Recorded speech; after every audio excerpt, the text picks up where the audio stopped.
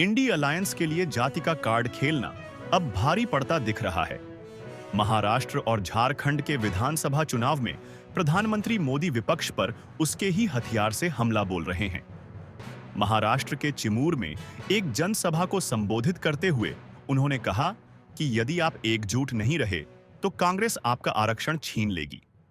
लोगों को आगाह करते हुए प्रधानमंत्री मोदी ने कहा कि कांग्रेस आरक्षण से चिढ़ती है, इसलिए समाज को जाति के आधार पर बांटने का खतरनाक खेल खेल रही है। उन्होंने कहा कि हमारे देश में आदिवासी समाज की जनसंख्या करीब 10% के आसपास है। कांग्रेस आदिवासी समाज को जातियों में बांटकर उनकी ताकत को खत्म करना चाहती है। कांग्रेस के शहजादे विदेश में जाकर खुद ये ऐलान कर चुके हैं।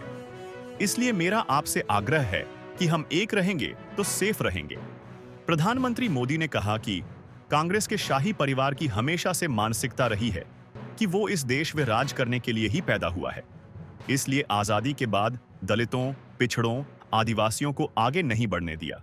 गौरतलब है कि विपक्षी पार्टियों ने लोकसभा चुनाव के दौरान भाजपा पर आरक्षण खत्म करने की कोशिश का आरोप लगाया था।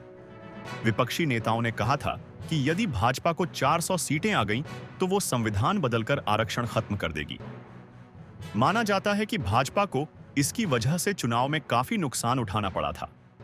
अब प्रधानमंत्री इसी हथियार का इस्तेमाल कर विपक्ष पर सीधा प्रहार कर रहे हैं।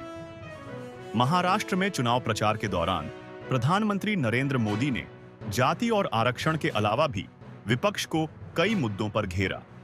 विपक्षी गठबंधन महाविकास अघाड़ी को भ्रष्टाचार का सबसे बड़ा खिलाड़ी बताते हुए उन्होंने कहा कि इन्हें काम को अटकाने, लटकाने और भटकाने में महारत हासिल है।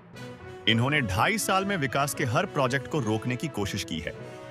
धारा 370 का जिक्र करते हुए पीएम मोदी ने कहा कि हमने कश्मीर को भारत और भारत के संविधान से पूरी तरह जोड़ा।